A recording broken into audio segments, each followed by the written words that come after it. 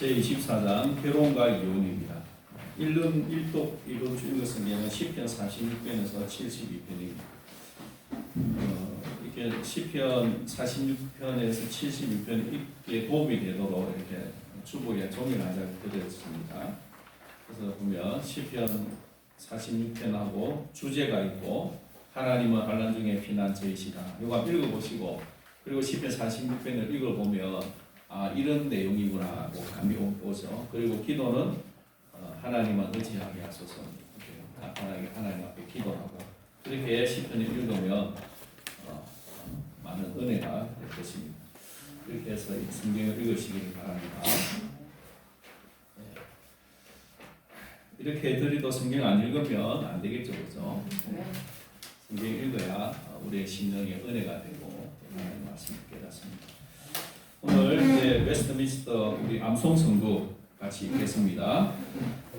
여호와 하나님이 이르시되 사람이 혼자 사는 것이 좋지 아니하니 내가 그를 위하여 없는 배필을 지으리라 하시니라. 4번 말씀에 금지된 가까움 촌수의 친인척끼리는 결혼할 수 없다. 인간의 어떤 부부로나 당사자의 동으로도 근친 결혼을 합법하여 부부로 동거하게 할 수 없다. 근친 결혼은 금했습니다. 하나님이 제일 처음에는 아담과 하와만 있을 때는 그 자녀들이 서로 결혼을 했습니다. 그러나 인류가 번성되고 나서는 근친 결혼을 금했습니다. 왜냐하면 유전적으로도 큰 문제가 생깁니다. 그래서 유전백이 걸리게 되죠. 5번 약혼한 후에 범한 간음이나 음행이 혼인 전에 발각되면 순결한 패는 약혼을 파기할 수 있는 정당한 근거를 갖는다. 혼인 후에 간음의 경우 순결한 패이 이혼 소송을 제기하고 이혼 후에는 간음을 범한 편이 죽은 것처럼 다른 이와 재혼하는 것은 합법적이다. 약혼은 하고 결혼은 안 했는데 배우자가 상대편이 간음을 하면 순결한 편은 약혼을 파기할 수 있다는 거죠. 그리고 결혼 후에도 간음을 하면은 순결한 편이 이혼하고 다시 재혼할 수 있다는 것이죠. 6번 사람의 부패는 하나님께서 결혼으로 짝지어 준 사람들을 부당하게 나누려는 농구들을 연구해 내곤 하지만 간음 혹은 교회나 국가 공직자조차도 대책을 마련할 수 없는 고의적인 유기 외에는 결혼 유대를 파기할 수 있는 충분한 이유가 없다. 그 경우 공적인 질서를 따라 절차를 밟아야 하며 당사자들을 그들 각자의 의지와 분별력에만 내버려 두지 말아야 한다. 그래서 이혼할 수 있는 농거는 간음 또는 고의적인 유기이라는 거죠. 간음은 이혼의 근거가 되고 그 다음에 고의적인 유기 배우자가 집을 떠나서 버리고 연락도 안 하고 생활비도 보태주지 않고 하면은 이제 이혼할 수 있다는 것이죠. 그러나 그 외의 경우에는 그죠? 가능한 이혼하지 말아야 된다. 이혼할 수 없다는 거죠. 이제 여기까지 하겠습니다. 이제 하나님 말씀은 사도행전 2장 1절에서 4절입니다.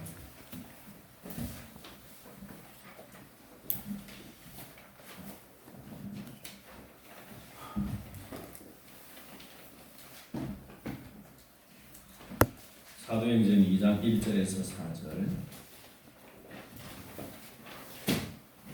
다 같이 읽도록 하겠습니다. 신약성경 188조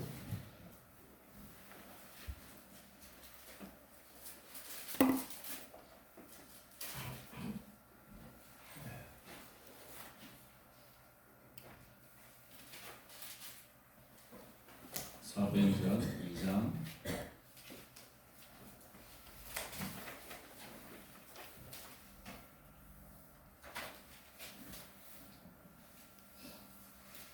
같이 읽겠습니다. 오순절 날이 이미 이름에 그들이 다같이 한 곳에 모였더니 혼란이 하늘로부터 급하고 강한 바람 같은 소리가 있어 그들이 앉은 온 집에 가득하며 마치 불의 혀처럼 갈라지는 것들이 그들에게 보여 각 사람 위에 하나씩 임하였더니 그들이 다 성령의 충만함을 받고 성령이 말하게 하심을 따라 다른 언어로 말하기를 시작하였다.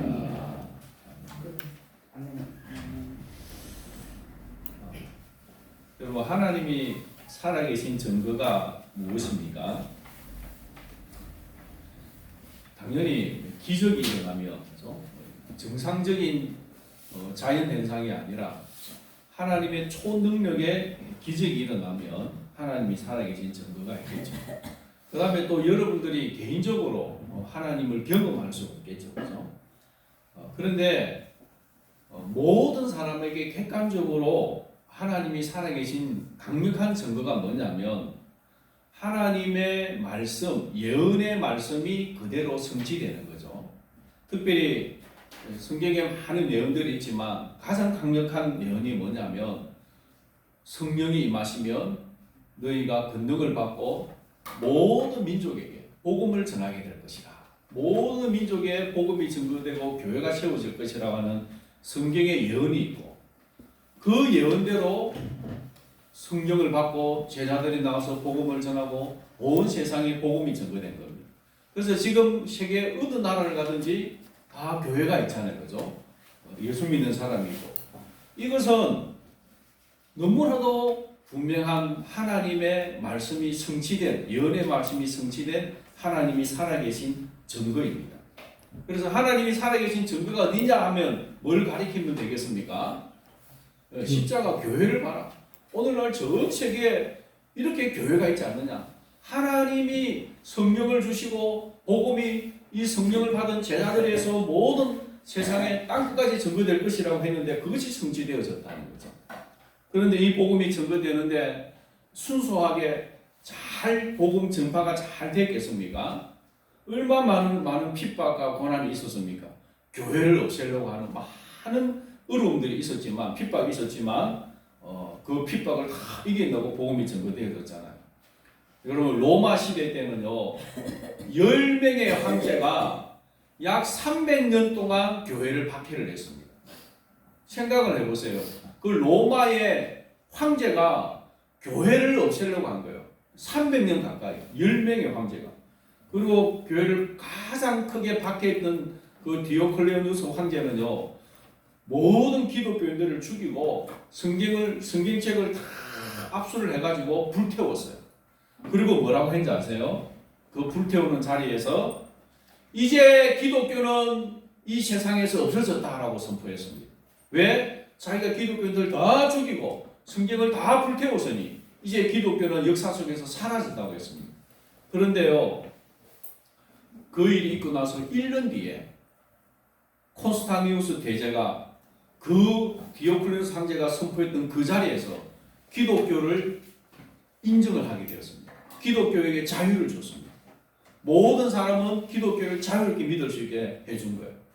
왜 그런가 하니까 전쟁을 하는데 하기 전에 전날 밤에 꿈을 꾸는데 꿈에 예수 그리스도라고 하는 이 XP 있잖아요. 깃발 보셨죠? 그죠? XP 예수 그리스도라는 뜻. 이 깃발을 들고 전쟁에 나가라 하는 계시를 받은 거예요. 꿈에.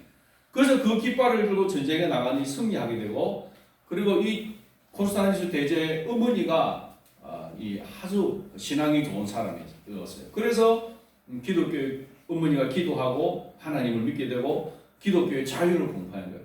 모든 사람은 이제 기독교를 자유롭게 믿어라라고 선포하고 나니까요. 다 이 핍박받을 때는 몰래 믿고 있다가 자유가 주니까 나도 믿습니다. 나도 믿습니다 하는 사람이 로마의 시의 3분의 2가 기독교인이었대요. 3분의 2가.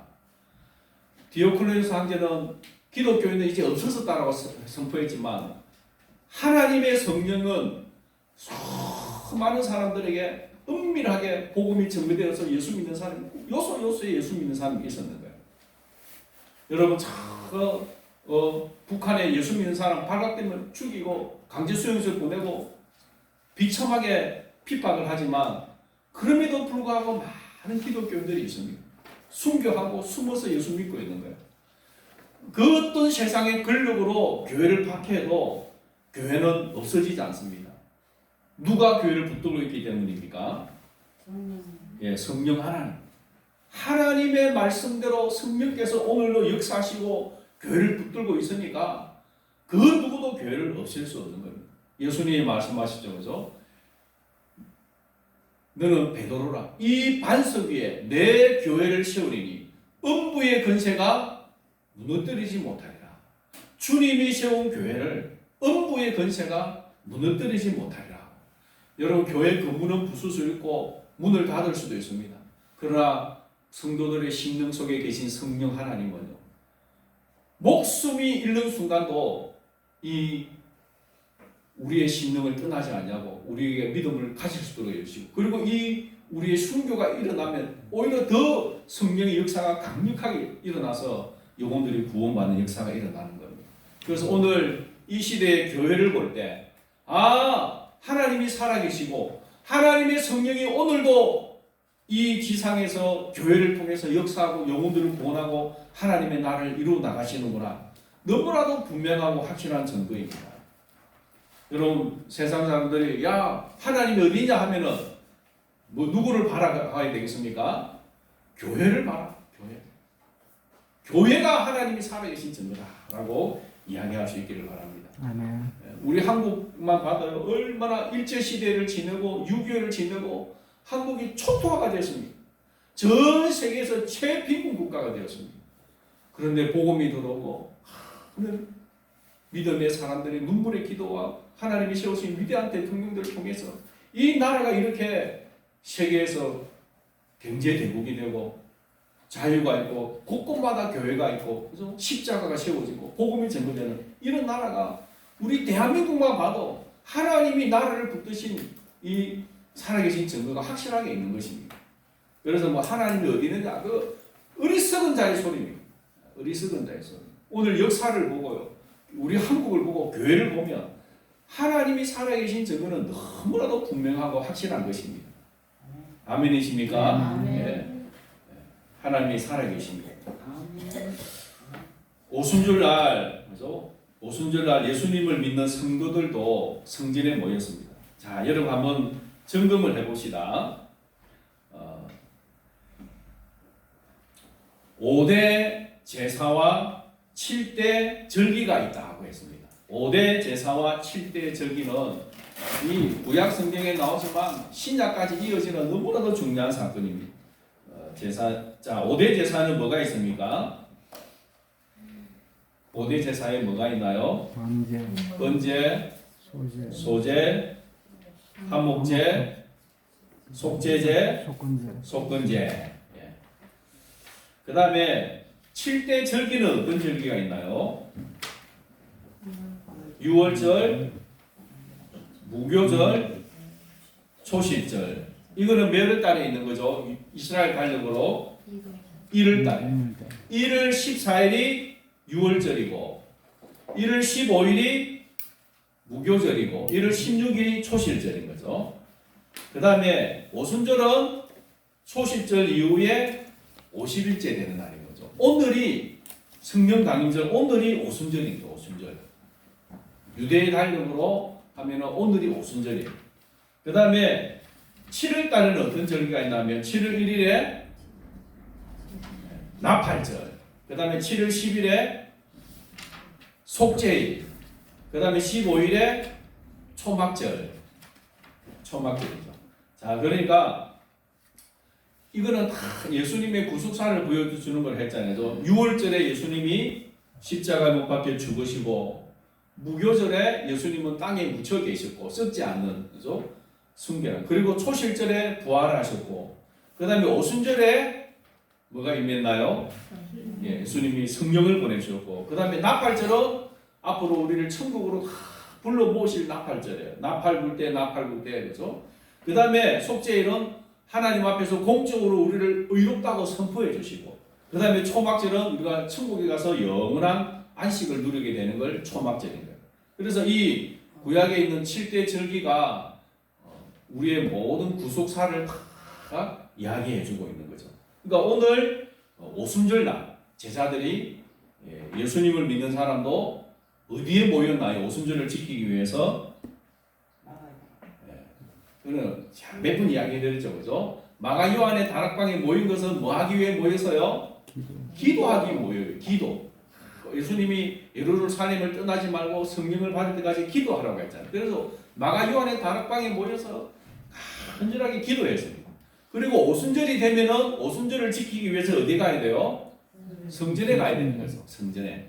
그래서 오늘 이 2절에도 보면 2절 끝에 보면 그들이 앉은 온 집에 가득했다. 이 집은 일반 가정집도 해당이 되지만 성전을 집이라고 하는 거예요. 성전. 그죠? 하나님의 집이라고 해당되는 거예요. 그리고 거기에 모였는데 그죠? 하나님의 성령이 임해가지고 막 방언을 받고 그리고 옆에 많은 무교절을 지키기 위해서 와 있던 많은 사람들이 그 소리를 들었잖아요. 그래가지고 이게 무슨 소리고 해가지고 모여가지고 복음을 듣게 되잖아요. 그러니까 방언을 받았는데 마가 요한의 다락방에서 방언을 받았으면 바깥에 있는 사람은 못 듣겠죠, 그죠? 그러나 성전에서 받으니까 성전에 오순절을 지키기 위해서 세계 각지에 있는 유대인들이 모여들었는데 그 유대인들이 이 제자들이 하는 방언을 듣게 된 거예요. 그러니까 성령은 어디에 임했다고요? 성전에 있는 성도들에게, 제자들에게 임한 거예요. 자, 그러면 이들이 이렇게 성령을 받은 후에 담대히 복음을 전하고 그리고 교회 시대가 본격적으로 시작이 되어졌습니다. 그런데 이들이 성령을 받는데 그 성령의 충만을 받는데 어떤 원리가 있었습니다. 하나님 오순절날 성령을 주셨지만 그들이 성령을 받기까지 하나님께서 준비시킨 과정이 있습니다. 그 준비시킨 과정이 뭔가를 알고 오늘 우리도 그런 마음과 준비를 가질 때 성령 충만을 받을 수가 있습니다. 첫 번째로 예수 그리스도를 영접할 때 성령이 임하십니다. 제자들은 예수님의 마음을 예수님을 마음에 영접했잖아요. 그래서 구약에 보면 자 여러분 성령은 우리 안에 하나님이 들어오시는 거잖아요. 하나님과 우리가 연합을 이루는 거잖아요. 자 여러분 구약 시대에 하나님이 그의 백성들과 함께 하시기 위해서 어디에 들어가셨나요? 구약 시대에는 하나님이 어디에 임재하셨나요? 성막. 그렇죠. 첫 번째는 성막에 들어갔잖아요. 성막. 이스라엘 백성들이 출애굽해가지고 시내산에 가서 언약을 맺고 하나님이 성막을 지으라고 하고 그리고 그 성막을 보관할 무엇을 주시는 거죠?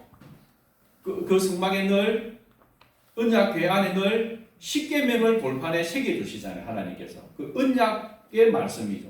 그런데 이 언약의 말씀은 이제 십계명인데 이 언약의 말씀은 하나님의 말씀이 이스라엘 백성들의 삶의 기준이 되는 거죠. 그러니까 하나님이 왕이시다. 하나님의 말씀으로 우리가 순종하고 말씀으로 이 나라가 다스려진다. 그래서 하나님의 나라인 거죠. 하나님의 나라. 그러니까 하나님의 나라에 있어서 제일 중요한 것은 하나님의 말씀이에요. 언약이에요. 언약. 이 언약의 말씀을 어디에 보관했나요? 성막의 지성소에 보관하잖아요. 그래서 이 성막에 관련된 일을 다 마치고 언약궤를 지성소에 보관을 할 때 하나님의 영광이 그 성막에 임했습니다. 여러분 출애굽기 40장 한번 읽어봅시다. 43절에서 35절 시작. 그는 또 성막과 제단 주위들에 도장을 치고 뜰 문에 휘장을 다니라. 모세가 이같이 역사를 마치니 구름이 해막에 덮이고 여호와의 영광이 성막에 충만하노라. 성막을 다 치고요 휘장을 달고 그 안에 언약궤를 다 보관하고 이제 완성이 되니까 여호와의 영광이 성막에 임한 거예요. 이 언약의 말씀을 성취하신 분이 예수 그리스도고 이 언약이 하나님의 말씀이고 하나님의 왕이시다는 걸 인정하는 거잖아요. 그래서 신약으로 보면 하나님의 말씀이 육신으로 오신 예수 그리스도를 왕으로 내 마음에 영접할 때 하나님의 성령이 임하는 거죠. 그 다음에 성전을 한번 봅시다. 성전의 지성소에 언약궤를 모신 후 찬양할 때 하나님의 영광이 임했습니다. 역대하 5장 7절 읽어봅시다. 제사장들이 여호와의 언약궤를 그 처소로 메어 들었으니 곧 온전 지성소 그릇들에 나게 하라. 이제 그 성막이 없어지고 나서 그죠? 언약궤는 다윗이 자기 왕궁에 모시고 있다가 솔로몬이 성전을 짓고 그리고 맨 마지막에 언약궤를 제사장들이 어깨에 메고 지성소로 들어놓은 거예요. 그 지성소는 그룹의 날개 아래죠. 거기에 모셔놓고 나니까 백성들이 이제 레위인들 같이 찬양을 합니다. 역대하 5장 13절 읽어봅시다. 나팔 부는 자와 노래하는 자들이 일제히 소리를 내어 여호와를 찬송하며 감사하는데 나팔 불고 재금치고 모든 악기를 누리며 소리를 높여 여호와를 찬송하여 이르되 선하시도다 그의 자비하심이 영원히 있도하네. 그때에 여호와의 전에 구름이 나타나니라. 이 구름은 여호와의 영광을 가리는 거예요. 여호와의 영광이 확 임하면 그 영광이 사람들을 직접 보면 죽으니까 구름으로 가려지는 거죠. 하나님의 영광이 성전에 가득했습니다. 자, 다시 한번 보세요. 성막에 언약궤를 모시고 하나님의 명령하신 대로 다 이 성막에 관련된 일을 마치고 나니까 하나님의 영광이 이 성막에 임했고, 그 다음에 성전에서도 성전을 건축을 하고 그 지성소에 언약궤를 모시고 백성들이 찬양을 할 때 하나님의 영광이 이 성전에 임한 것이죠. 그러니까 하나님이 구약 시대는 백성들과 함께하기 위해서 언약궤가 있는 언약의 말씀이 있는 그리고 거기에 성소와 또 지성소 그리고 성막 성전이 있는 거기에 하나님이 임재하셨다는 거죠. 하나님 임재. 그래서 이것은 바로 예수 그리스도를 영접할 때 하나님의 영광이 임한다. 즉 하나님의 성령이 우리 안에 임한다는 거죠. 언약궤를 지성소에 모신 것은 그리스도를 우리의 마음에 모신 것을 상징합니다. 언약궤를 성막이나 성전의 지성소에 모신 것은 예수 그리스도를 우리의 마음에 영접하는 거예요. 내 마음의 주인으로 왕으로 영접하는 거예요. 말하는 거죠. 사도행전 2장 38절 읽어봅시다. 베드로가 이르되 너희가 회개하여 각각 예수 그리스도의 이름으로 세례를 받고 죄 사함을 받으라. 그러면 성령의 선물을 받으라. 예수 그리스도의 이름으로 세례를 받고 죄 사함을 받으라. 예수님을 믿으라는 거죠. 그러면 성령을 받게 됩니다. 하나님의 영이 너희 가운데 임하게 될 것이라는 거죠. 그래서 하나님의 나라는 왕이신 하나님의 언약에 순종하는 것입니다. 언약궤를 지성소에 모심으로 하나님의 왕 되심을 인정하는 것이죠. 십계명의 두 강령은 하나님 사랑, 이웃 사랑을 완성하신 분은 예수 그리스도입니다. 예수 그리스도를 마음의 왕자에 모시고 자신은 왕자에서 내려와 왕이신 그리스도께 모든 것을 맡기고 순종해야 합니다. 그리할 때 우리 심령에 하나님의 영광으로 충만하게 됩니다. 언약궤를 모셨다는 것은 바로 하나님의 그 언약의 말씀을 하나님을 내 안에 왕으로 모셨다는 거죠. 이제 우리는 예수님을 내 마음의 중심에 내 마음의 왕으로 모셔드리고 나는 그 왕자에서 내려와서 모든 것을 예수님에게 맡기는 거예요. 그리고 예수님의 뜻에 순종할 때 그때 하나님의 성령이 하나님의 영이 우리 가운데 임하는 것입니다. 우리 인간은요 자기가 이 선악과를 따먹은 이후부터는 자기가 주인이 돼요. 자기가 하나님처럼 되어서 살려고 합니다. 내가 판단의 기준이 됩니다. 하나님의 말씀이 기준이 아니라 내가 판단의 기준이 되고 싶어요. 그리고 하나님의 뜻을 이루는 것보다 내 육신의 정욕과 안목의 정욕과 이생의 자랑을 따라 사고 싶은 것이 인간의 본성이 죄성이. 그래서 우리 인간은요 예수님을 믿는다고 해도 내가 주인이 돼가지고 내 욕망을 따라서 막 사고 싶은 갈망들이 막 있습니다. 우리 인간 속에는 다 그렇습니다. 그런데 그러면 예수님을 믿어도 성령 충만하지 않는 거예요. 그냥 내 성질만 충만하고 내 욕망만 충만한 거예요. 그럴 때 우리가 어떻게 해야 되겠습니까? 예, 다시금 예수님을 나의 주인으로 왕으로 인정하고 내 자신을 거기서 내려오는 겁니다. 예수님께 모든 것을 맡깁니다. 다 자기를 내려놓고 예수님을 나의 왕으로 인정할 때 그때 다시 하나님의 영이 충만하고 성령이 충만하게 되는 것입니다. 한번 저희 기도를 한번 따라해 봅시다. 내 인생의 왕좌에서 내려와 모든 것을 예수님께 맡깁니다. 예수님의 말씀에 순종하겠습니다. 저를 온전히 다스려 주시옵소서. 여러분이 하나님 앞에 진심으로 하나님 앞에 독대를 하시면서 내 마음의 왕좌에 예수님이 앉아 계십시오. 내 모든 것을 주님께 맡깁니다. 고백하고 나아갈 때 여러분 안에 분명히 하나님의 영광이 임하게 될 것입니다. 두 번째는 성령이 불의 해같이 임한 것은 성도를 제물로 받으신 것입니다. 여러분 3절에 보면 그죠? 마치 불의 혀처럼 갈라지는 것들이 그들에게 보여 각 사람 위에 하나씩 임하였다. 불의 혀, 이 우리 사람 혀 있잖아요. 혀. 이 혀 모양으로 갈라져 갖고 각 사람 위에 이렇게 있는데 이게 불처럼 있더라는 거예요. 불이 근데 실제로 태우는 불은 아닌데 그 불이 이렇게 있는데 타지는 않는데 불이 있는 거예요. 여러분 모세가 그 시내산에 가는데 뜰기나무에 불이 타고 있는데 나무는 안 타고 불만 있잖아요. 이게 세상에 무슨 저런 불이 있노 싶어가지고 보러 갔는데 하나님이 모세야 모세야 네가 쓴 곳은 거룩한 곳이니 네 발에서 신을 벗어라. 그 불이 무슨 불이에요? 예, 하나님의 불이죠. 하나님의 영광의 불이 임한 거예요. 실제로 물건을 태우는 불은 아니고 바로 그 불이 각 사람이 임하에 있었다는 거죠. 이게 어떤 의미가 있느냐 하는 거죠. 구약에 보면 우리가 그런 사례를 볼 수가 있습니다. 첫 번째는 성막 번제단 제물에 불이 임하게 됩니다. 레위기 9장 22에서 24절 읽어봅시다.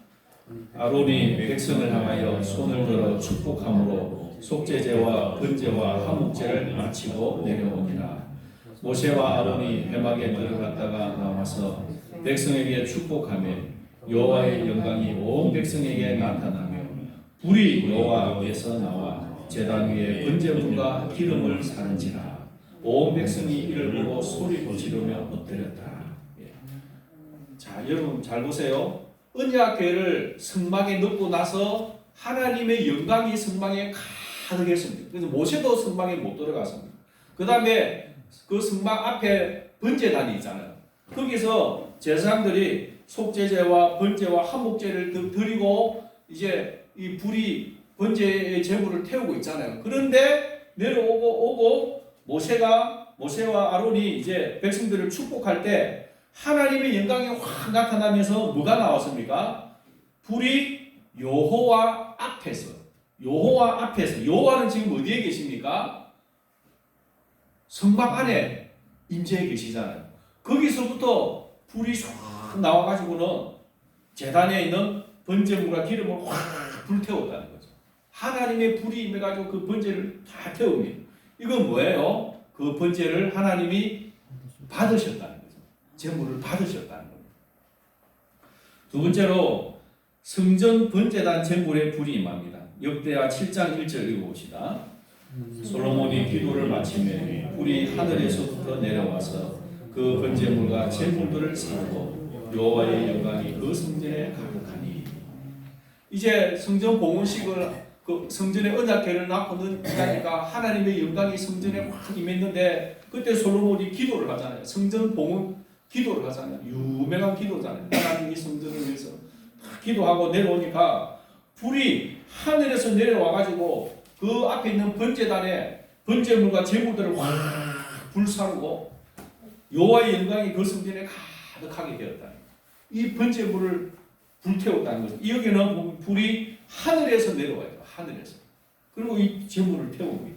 이것은 이 번제물을 하나님이 받으셨다는 거죠. 자, 여러분 5대 제사가 제일 첫 번째 나오는 제사가 번제죠. 그죠? 번제. 자, 번제 소제는 무엇으로 드리는 거예요? 곡식 가루로. 곡식을 희솔자죠. 희소. 그러니까 여러분 껍질을 잘 뺏겨야 우리가 밀가루가 흰 것처럼 하얀색 가루가 나오는 거예요. 이 껍질을 벗기는 거는 죄를 다 벗게 되는 거예요. 그리고 완전하게 가루를 내서 이거는 완전한 자기의 이 죄를 버리고 완전한 헌신을 뜻하는 거죠. 그 다음에 한목제물도 하나님과 사람과 한목하는 것. 그 다음에 속죄제는 죄를 용서하는. 속건제도 하나님이나 사람에게 잘못했을 때 배상을 하는 제물이죠. 제사임. 그러면 여러분 번제는 어떤 용도로 드리는 겁니까? 자, 여러분 번제는 왜 드리는 거죠? 어떤 종류의 제사입니까? 재물을 가지고. 예? 재물. 제물을 드리는데 왜 번제를 드리죠? 죄를 지었으면 속죄제를 드려야 되고 관계 회복을 위해서 한목제를 드려야 되고 어떤 나의 그 죄를 버리고 헌신을 한다는 자아가 깨어지고 신난다는 것을 소제를 드리면 되고 또 감사할 때도 한목제를 드리면 되는데 번제는 하나님 왜 드리라고 하는 거죠? 항상 모든 제사의 첫 번째는 번제입니다. 구약에도 보면 아브라함도 번제를 먼저 드려요. 그죠? 항상 번제를 먼저 드리는데 왜 이 번제를 드리는 것일까요? 예? 헌신. 예. 이 다 제사가 중요한데 제일 첫 번째로 나온 게 번제인데 이 번제는 우리 인간은 원죄가 있잖아요. 원죄. 하나님 앞에 나아갈 수 없잖아요. 그죠? 이 원죄 때문에. 그래서 이 번제는 하나님 앞에 나아갈 수 없는 우리의 원죄를 사하시고 우리를 하나님 앞에 나아오도록 받아주시는 거예요. 그러니까 하나님의 은혜의 보좌 앞으로 나아가기 위해서는 우리의 근본적인 죄가 용서받아야 되잖아요. 물론 뭐 나머지 죄도 속죄제를 드리면서 잡았지만 근본적으로 우리가 하나님 앞에 받아들여져야 되는데 그것이 번제인 거예요. 번제. 번제를 드리는 것은 내가 하나님 앞에 죄인입니다. 하나님의 은혜의 보좌 앞에 나아가면 나를 받아주시고 나를 하나님의 영광으로 충만하게 하나님과 함께하는 자, 하나님과 연합한 자로 받아주십시오. 그런 의미에서 번제를 드리는 거죠. 그래서 여러분 성막에도 그렇고 성전에도 그렇고 하나님이 번제물을 받았대요. 번제물. 이건 뭐냐면 하나님이 인간이 드리는 그 제물을 받아주시는 거예요. 받아주시는 거예요. 너희들 나한테 나오라. 내가 너희와 함께하겠다. 하나님의 백성들과 연합의 의미가 있는 거예요. 이 번제는. 그래서 자 오순절날 불이 성도들에게 임하죠. 사도행전 2장 3절 읽어봅시다. 마치 불의 혀처럼 갈라지는 것들이 그들에게 모여 각 사람 위에 하나씩 임하여 있더니 이게 구약시대의 성막에 임한 그 불, 번제물을 태운 불, 성전에 임해서 번제물을 태운 그 불의 개념으로 연결해서 볼 때 이 예수님을 영접한 제사들이 지금 성전에 모여서 오순절날 약속하신 그 성령을 받기 위해서 하나님의 은혜 보좌 앞에 나아가기 위해서 모여있는 그들에게 하나님의 불이 임한 것은 그들을 번제물로 받아주신 거예요. 너희들을 내게로 받아들인다. 너희가 내가 연합한다. 하나가 된다는 거죠. 그래서 이들이 하나님 앞에 받아들여지고 그리고 이 번제는 100% 불태워 드리는 거잖아요. 온전한 헌신을 뜻하는 이제 하나님이 우리를 받아주시니 온전히 우리를 하나님께 드립니다 하는 거죠.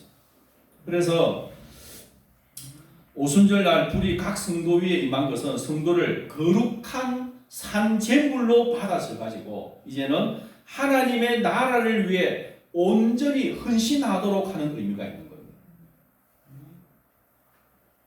그래서 이 120명의 성도들이 성령을 받고 하나님에게 받아들여지고 하나님의 나라를 위해서 온전히 헌신하는 삶을 살게 되는 거죠. 사도행전 1장 8절 예수님이 말씀하셨습니다. 읽어봅시다. 오직 성령이 너희에게 임하시며 너희가 권능을 받고 예루살렘과 온 유대와 사마리아와 땅끝까지 이르러 내 증인이 되리라 하시니라. 너희들이 성령을 받으면 그 성령은 너희를 번제물로 성령의 불이 임해서 너희를 번제물로 받으셔가지고 이제는 하나님과 연합해서 온 세상의 땅끝까지 복음 전하는 자로 사용해 주시겠다는 것이죠. 그래서 오늘 성령의 충만의 원리 크게 두 가지입니다. 첫 번째는 마음의 지성소에 그리스도를 왕으로 모셔야 됩니다. 내 마음의 지성소에. 언약궤를 지성소에 모신 것처럼 언약의 말씀이 육신이 되어 오신 예수 그리스도를 내 마음의 중심에 왕으로 모셔야 되는 거예요. 내가 왕이 되어 있으면 안 됩니다. 예수님이 내 인생의 왕이십니다. 고백하고 모든 것을 왕에게 맡겨야 되죠. 그때 하나님의 영광이 임합니다. 그 다음에 자신을 하나님께 산 제물로 드려야 됩니다. 내가 제물이 돼요. 번제의 제물이 되어야 되는 거예요. 내 자신을 하나님 앞에 드려야 되는 거예요. 그때 하나님의 불이 임해가지고 완전히 그 제물을 받아주시는 거죠. 로마서 12장 1절 읽어봅시다. 그러므로 형제들아 내가 하나님의 모든 자비하심으로 너희를 권하노니 너희 몸을 하나님이 기뻐하시는 거룩한 산 제물로 드리라. 이는 너희가 드릴 영적 예배니라. 너희 몸을 하나님이 기뻐하시는 거룩한 산 제물로 드리라.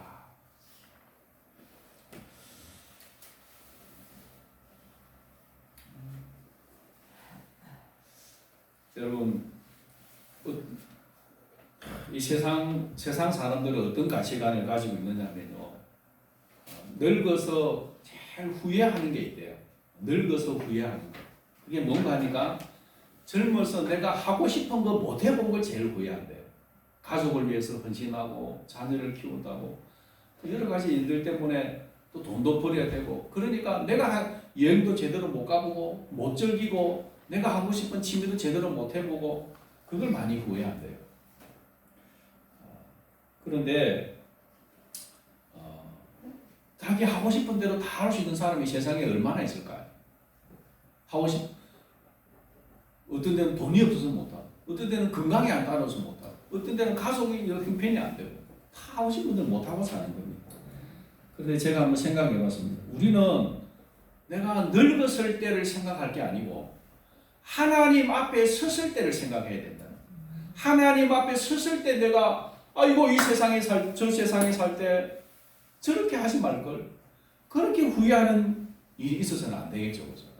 우리의 최종 판결은 하나님 앞에 섰을 때 받는 거잖아요. 세상 사람들과는 다른 거잖아요. 근데 하나님 앞에 섰을 때 내가 내 인생의 주인이 돼가지고 내 욕망대로 막 살았으면 얼마나 후회가 되겠습니까? 그런 내가 하나님의 성령의 충만을 받고 내 자신을 하나님 앞에 드리고, 그죠? 하나님의 뜻에 순종하는 삶을 살았다면 얼마나 영광스럽겠습니까? 은혜 받으면 웃기도 하고 울기도 하고 그럽니다. 여러분, 하나님의 그 성령의 충만을 받도록 예수님을 마음의 중심에 왕으로 모시고 여러분의 자신을 하나님 앞에 산 제물로 드리는 삶을 사시기를 바랍니다. 그것이 창조의 목적이 완성되는 거예요. 창조의 목적은 하나님과 연합이잖아요. 하나님이 우리 안에, 우리가 하나님 안에. 그래서 하나님 안에서 참만족을 누리고 하나님이 우리 안에 주신 소원함들을 이루어드리는 삶을 살아가는 거잖아요.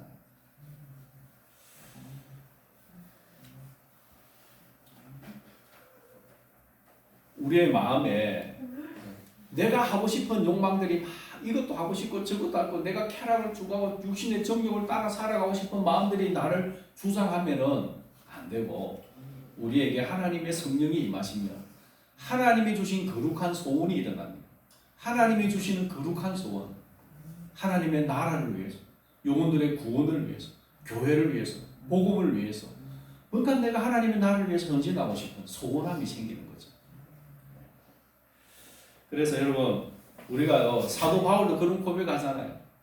내가 선을 행하고자 하는 마음이 있는데 또 한편에서는 죄를 짓고자 하는 마음이 있다는 거죠. 사도 바울도 그런 고백을 했어요. 우리가 하나님의 성령으로 충만할 때는 하나님의 나라를 위해서 막 살고 싶은 열망이 생기는데, 내 육신에 내가 왕이 되어 있으면 내 욕망대로 살고 싶은 마음이 막 생기는 거예요. 이 둘 사이에서 우리는 늘 갈등을 하는 거예요. 갈등. 그러나 우리가 걱정할 필요 없습니다. 누구 붙들면 되겠습니까? 예수 그리스도 붙들면 돼요. 예수 그리스도를 붙들고 예수님을 내 마음의 왕자에 모실 때 하나님의 성령이 임하시고 나를 이끌어 주시고 도와주시는 거죠. 예수님을 여러분의 마음의 왕으로 모시고 여러분의 삶을 하나님께 드리고 하나님의 성령이 여러분의 삶을 이끌어가는 삶이 되시기를 바랍니다. 네, 찬송가 192장